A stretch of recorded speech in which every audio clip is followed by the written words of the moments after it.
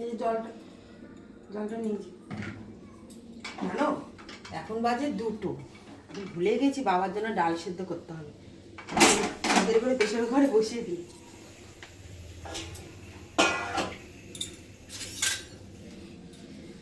তোমার ভাত বেড়ে দিলাম। কি করছে এরকম করে? কোনো কথা নেই মুখে। হ্যাঁ, ওরা মিষ্টি মিষ্টি হাসছা কি করছে? ভাতটা তোমার আবার কম দেবো, আবার কম দেবো, কিন্তু আমি কম দিতে পারি না। তোলো ভাত তোলো অত ভাত দিও না। খাও।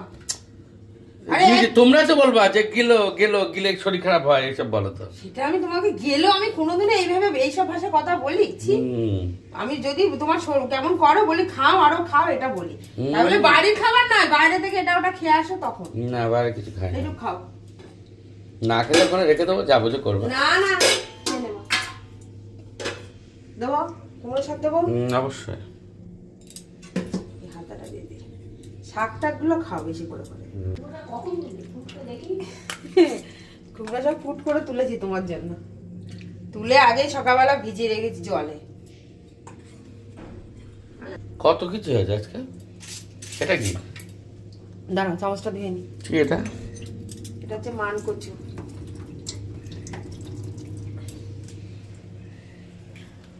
ও সেই মান কচুটা স্বপন দা যেটা তোমার দিয়েছিল। তুমি নিয়ে এসেছিলে কোথা থেকে সেইটা? স্বপন দা দিয়েছিল। আচ্ছা হলো।